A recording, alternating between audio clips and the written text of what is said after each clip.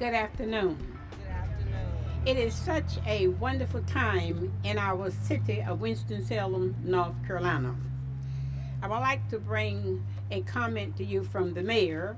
He went away for a mayor's meeting and he was not be able to be here. He called me not too long ago, but of course for me to give you his regards and tell you how concerned he is about this great occasion. As the mayor pro tem for the city of Winston-Salem, I'm always happy and pleased when we bring people together. To the council person in the ward, Reverend Mr. Montgomery. Today is Sunday, we have it. To the other council person, Mr. Macintosh.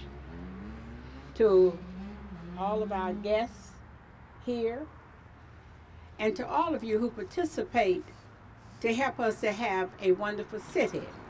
I happened to look back and I saw another pastor out there, a former council person, Mr. Terry. We have our city manager here, Mr. Lee Garrity, and I saw Mrs. Garrity. Do we have any members of the commission? We want to make sure we recognize you all. And to the residents who live here, we are so happy to be in your neighborhood. And I'm sure the council member of this area will speak longer than I'm going to speak.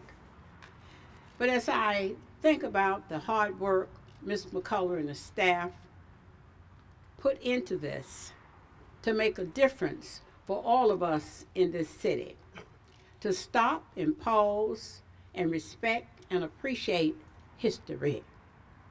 Some years ago, we put a sign down on the corner called Reynoldstown. And then we also did a nice story about Reynoldstown. And I'm pleased I do at least see one person who was part of that, Miss Dillard. I don't want to leave anybody out who's a part of the Reynoldstown film that we have that we show on many times. And we have a wonderful story in this area. And today, to have a marker that's going up, and when people are coming and going, they will have an opportunity to become interested in what's so important in this city, Reynoldstown. So again, in behalf of our mayor, in behalf of the 230-some thousand people in this great city of Winston-Salem, I'm just anxious to hear what the council person and the resident of this area, former resident, Mr. Grace, will have to say. I know it's going to be interesting. So again, God bless all of you, and thank you for being a part of this. Councilman Drummond.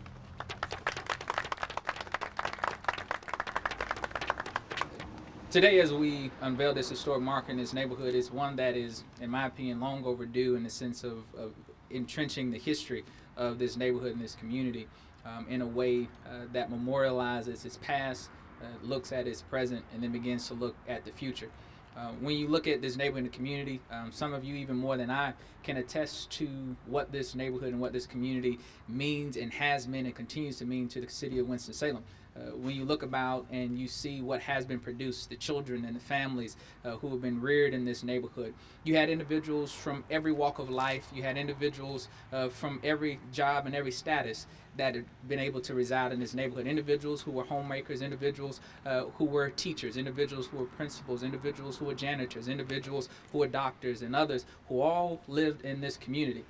They raised their children here, they went to school in this community, and they have become a part of the very fabric of the city of Winston-Salem and this community as a whole, and continues to see that impact on this neighborhood.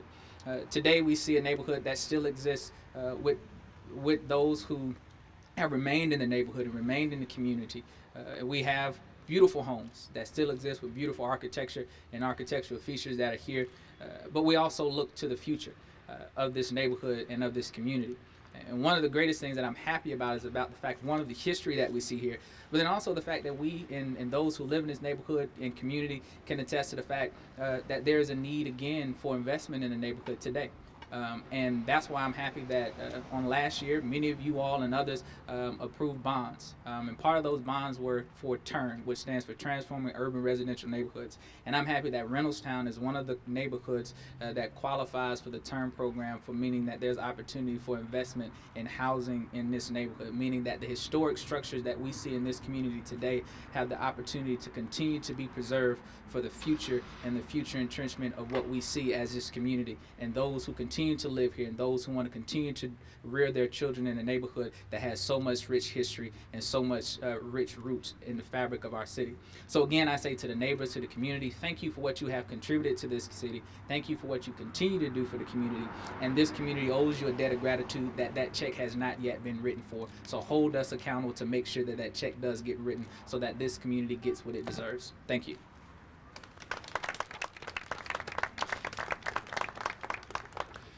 Good afternoon. Most of you who know me know that I've been involved in historic preservation for well over 30 years now. What I've come to learn is that historic preservation is not just about the buildings, the bricks and mortar, although we have tremendous structures here and lots of architectural detail that's really unique to Winston-Salem. But it's also important to recognize the culture and the community that lived here and currently lives here. So I'm very happy that we're getting the recognition for this area that it deserves. I've certainly known about Reynoldstown for quite a few years, and I hope this brings in more urban pioneers and folks who are willing to invest in the community and really do it justice that it deserves. So thank you all for coming out today.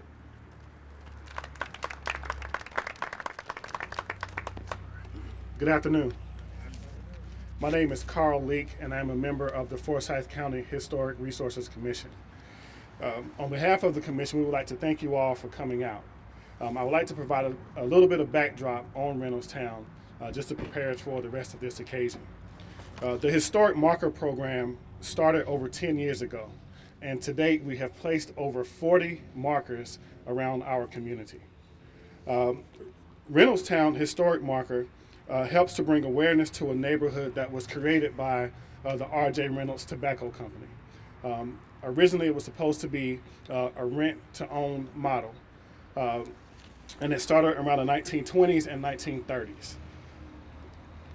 Overall, the actual sales of the houses were not made until 1937, and they were all sold by 1942. Because the area had solidly or predominantly African American for several years, almost all buyers were African American. These sales created a unique architectural pattern when large side lots became available for construction of new houses. The resulting pattern of alternating bungalows and later houses reflects the history of Reynoldstown with its progression from renters' houses to home owners. The neighborhood was listed on the National Register of Historic Places in 2008. Historic markers help residents remember and learn about important places, events, and people in the community's collective history. These markers help mark a spot in history that should not be forgotten. Next on our program, we will have Ms. Langdon Oppermann, who was instrumental in getting the historic marker for this area. Thank you. Hey, I'm going to talk on and on about history, so I'm glad it's not so cold. This is a really important neighborhood, and I'm really glad to be here. And I had very little to do with the marker, but was involved in getting the historic district created. Reynoldstown, it's a really interesting neighborhood. This neighborhood tells the story of Winston-Salem, and because you can see it, and I'll explain that in more detail, but it also, visually, you can see the history of the neighborhood itself. The two-sentence version is that the neighborhood was built for white tobacco workers, it was rental housing, it switched to black workers, and it became black homeowners, and there's a pattern of alternating pattern of buildings, as Carl just said. And now I'm going to give the long version. I won't keep you forever. Winston, backing up, Winston was a tiny place until R.J. Reynolds, the man, came. And it wasn't just that he built a tobacco factory, because there were others here. He built a number of factories, and he created the big tobacco factory business, industry. And then the town grew and other industries got started, and workers came here, white and black, came in big numbers because there were jobs here. And the community, it developed to a population ratio that stayed pretty much the same, 60-40, 60% white, 40% black. And that really stayed pretty constant for decades and decades and decades. And in those groups, white and black were all socioeconomic levels. And you'll see how that really boomed. R.J. Reynolds obviously had his tobacco workers, but he developed social programs for the tobacco workers. He had safe housing for single women.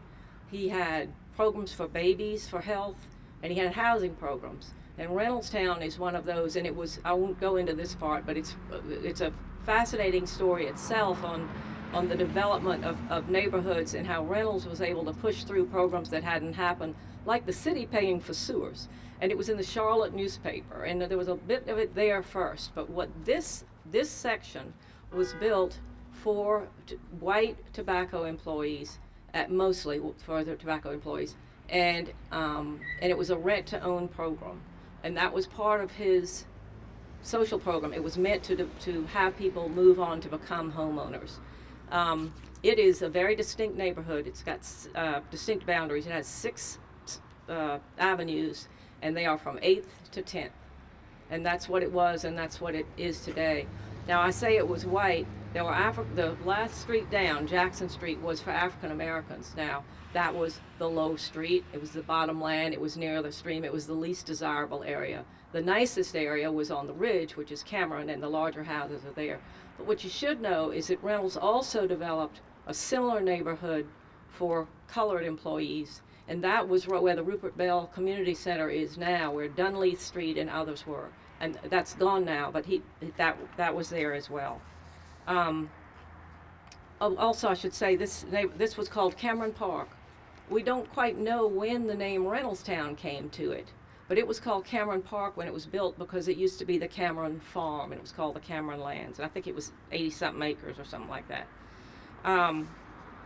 Okay, the people that lived here, the houses when they were built, and there's a lot more about this that I won't tell of the nature of the companies that built them, but the houses that were built here were in something called a craftsman bungalow style. It was in 1919, 1920.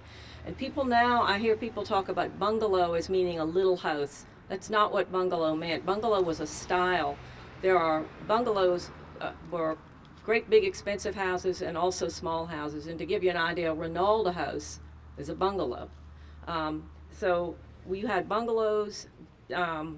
Again, as Carl said, or Derwin said, of more expensive houses, cheaper houses, because you had a mix of socioeconomic people in this neighborhood, which doesn't happen so much in neighborhoods anymore. But neighborhoods used to be more of a socioeconomic mix, even though they were racially divided.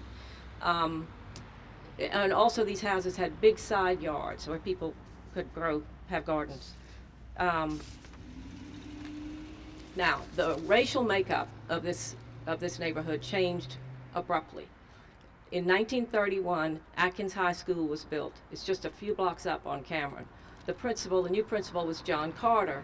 Some of you probably knew him or had him as your principal. And John Carter and his wife Alice moved into a house on 10th Street, right across the street from Reynoldstown. And then the groups of black teenagers started walking to and from high school through the white neighborhoods. Guess what happened? They all left. The whites left, and in a year or a year and a half, the neighborhood had switched completely from white people who were renters to African Americans who came in. The reason they could come in is that they were well-to-do and able to do the rents of the larger and smaller houses. Now, you might ask, why were they still renting if this is a rent-to-own program? And it's because R.J. Reynolds died in 1918, and this was some of these programs were priorities for him. This one sort of got pushed down the priority scale, And so the sales didn't really happen until 1937. You've heard some of this before, but I like to drill it in. Till 1937.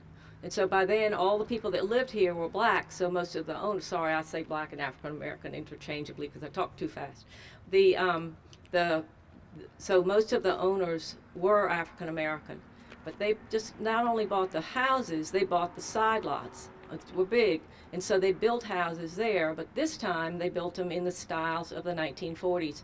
Tudor Revival, Colonial Revival, very nice, obvious examples of the style. So what that did was create a pattern of the craftsman bungalows from the 1920s, and then the various revival houses of the 40s, and it goes 1, 1, 1, 1, and you can see it in the neighborhood.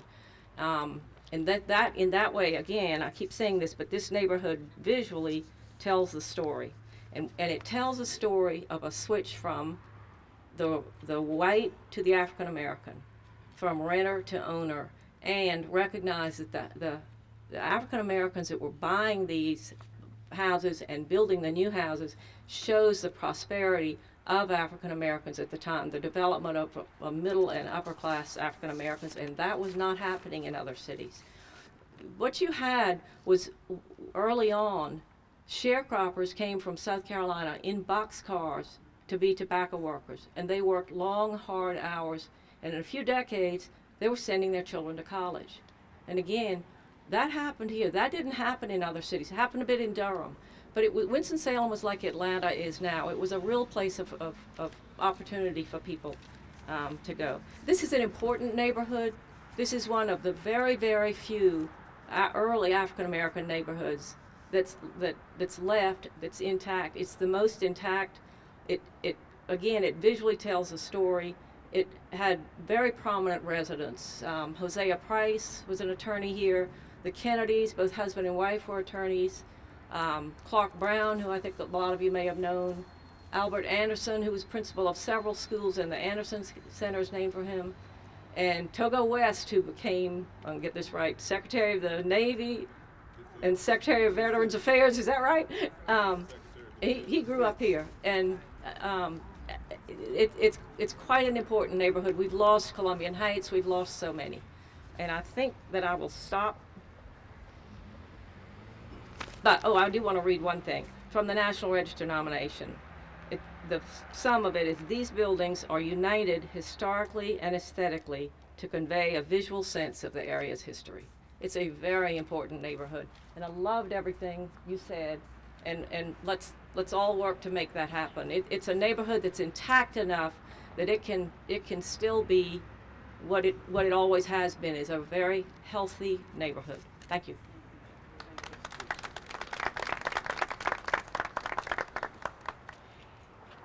As we were listening to the story, I'm sure individuals who are sitting here can tell the story very well. And sometimes we would think it's a sweet, bitter story. These houses, and I'm sure Mr. Grace is going to tell us something good concerning this area. But as soon as you got on 5th Street and made a turn into, we called it Cameron, and then Cameron took us on up to 14th Street, and we looked at those beautiful homes, and we looked at people who were working hard. And I say it's a sweet, bitter story, because you thought about people being brought here in boxcars and working very hard to make Mr. Reynolds rich. And I said this when we unveiled the Plant 64. You brought our people here in boxcars, and those who were not of color became wealthy. But those of color worked hard and was not really a part of upward mobility. Mr. Grace's father and mother worked very hard in this community. His father was a brick mason, and so is James. James attended college and completed college, And James worked hard to help us to develop east of 52. In our very beginning, when Mayor Wayne Corbin sat with Councilwoman Virginia Newell and we talked about our disappointment without having economic development in this area, and we started with that shopping center over there. Mr. and Mrs. Grace did not always live on Cameron Avenue. They lived back that way. Was it Rich or Cameron? Rich. And his father continued to work and send his children to school, and one of his sons, Attorney Michael Grace. And he has some other attorneys in the family. He has Attorney Other Grace niece. He has Attorney nephew. So when it was shared how people who worked hard and took what they had and their children appreciated the hard work and the struggles their parents had to deal with, which made their children stronger. Before I present Mr. Grace, I'm going to let us know that the senator is here, Senator Lowe and Mrs. Lowe. We're very pleased to have you here. So at this time, I'm going to probably introduce to a few, but present to us a man who can tell you about this area because he lived here, he played here, he grew up here. Mr. James Grace.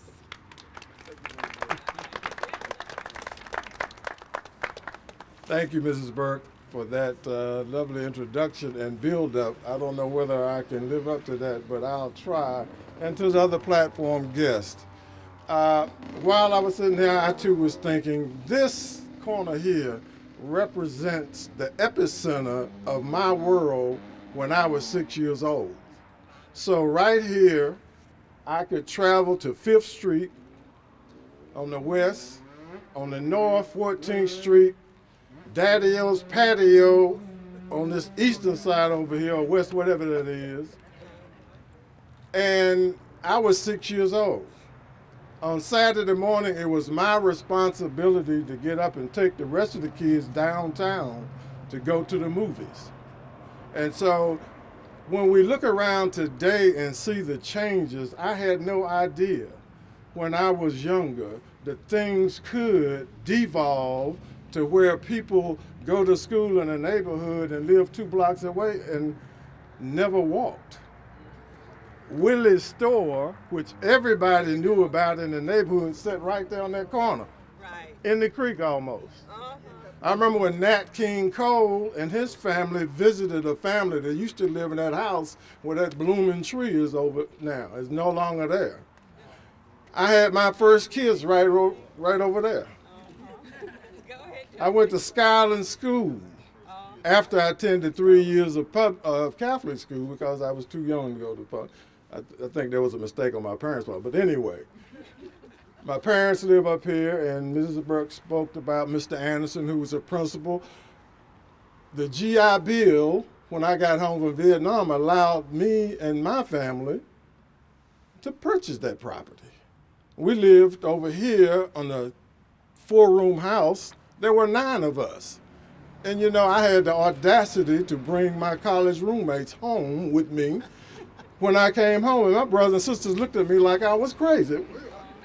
Ain't no room for you, you know.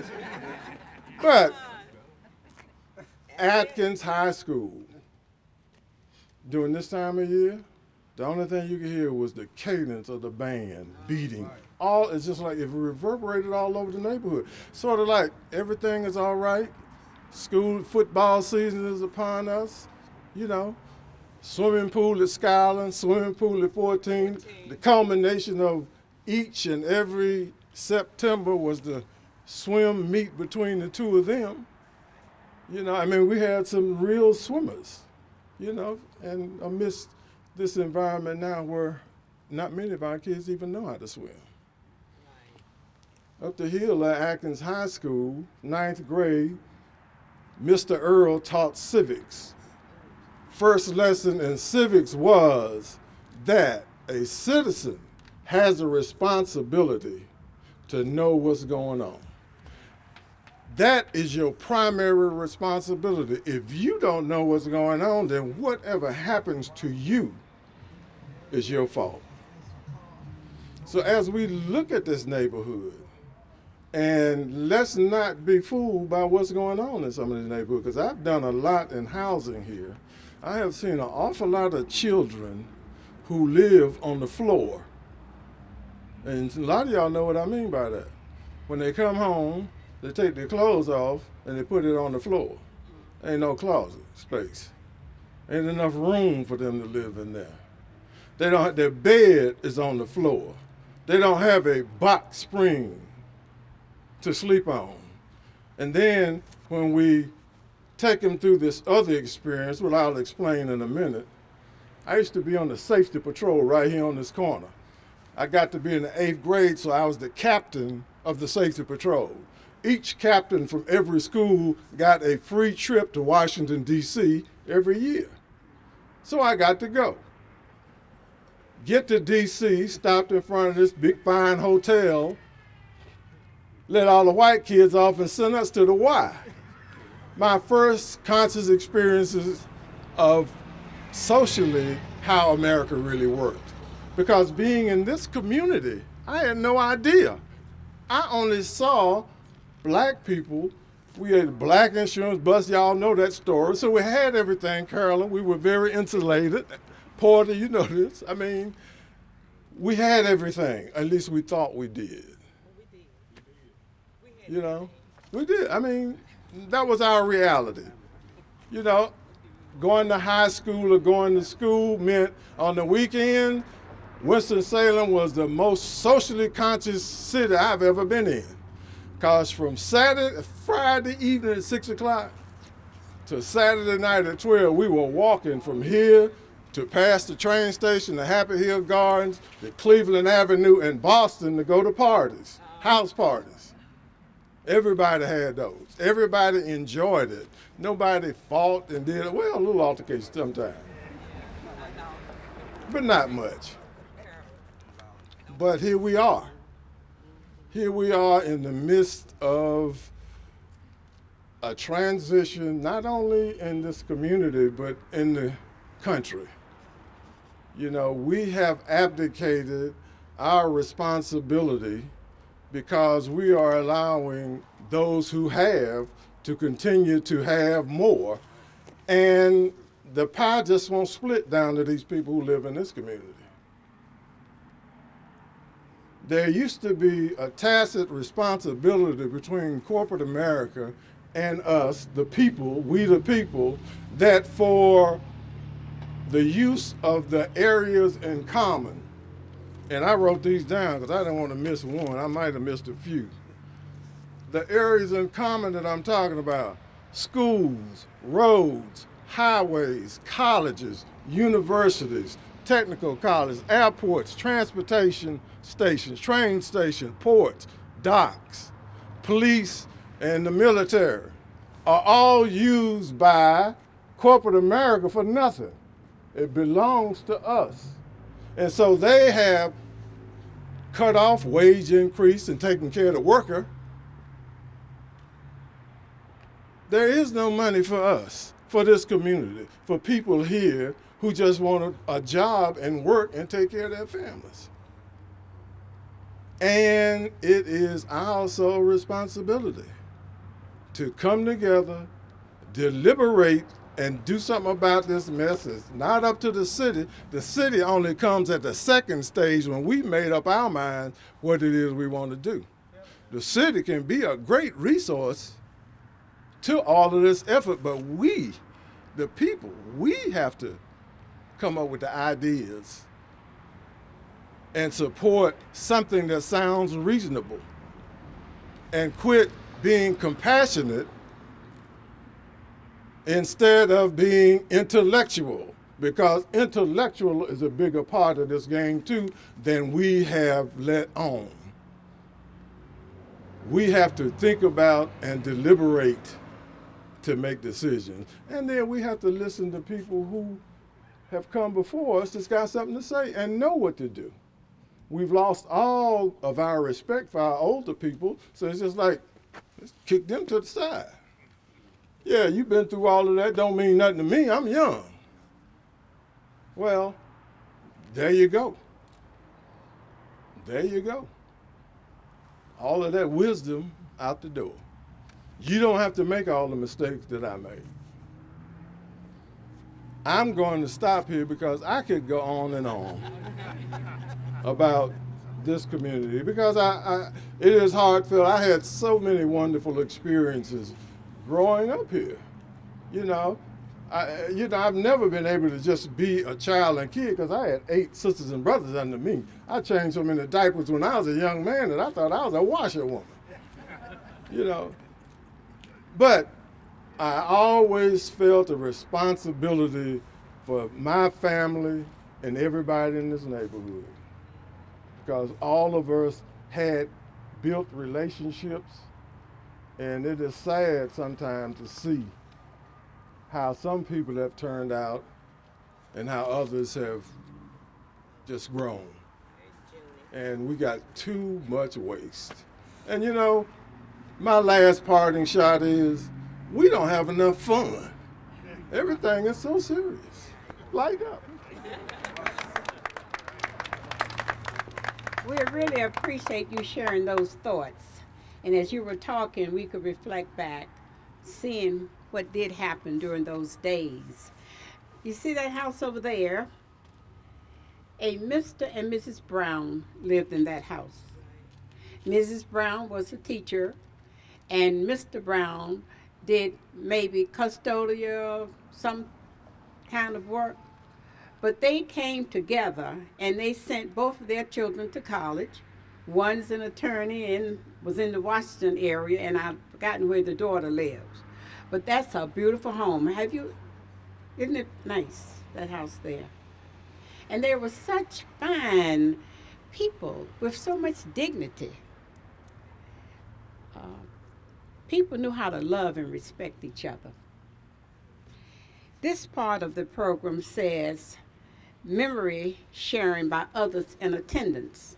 And I want you to know very soon our marketing department will be sitting down with residents across this community, and they will be sharing stories just as James shared that story, and it will be for people to see how we live and how we can continue to move forward.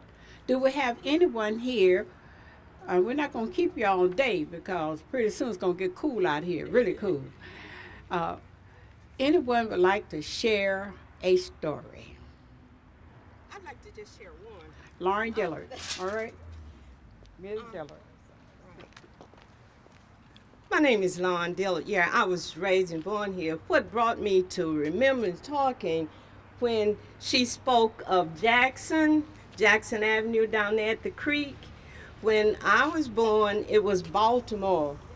And my parents came here, 2 from South Carolina, and we moved from Baltimore to Graham, and from Graham to Camel, all in Reynoldstown. My parents was one of those who went to get a house, buy, sell, and rent.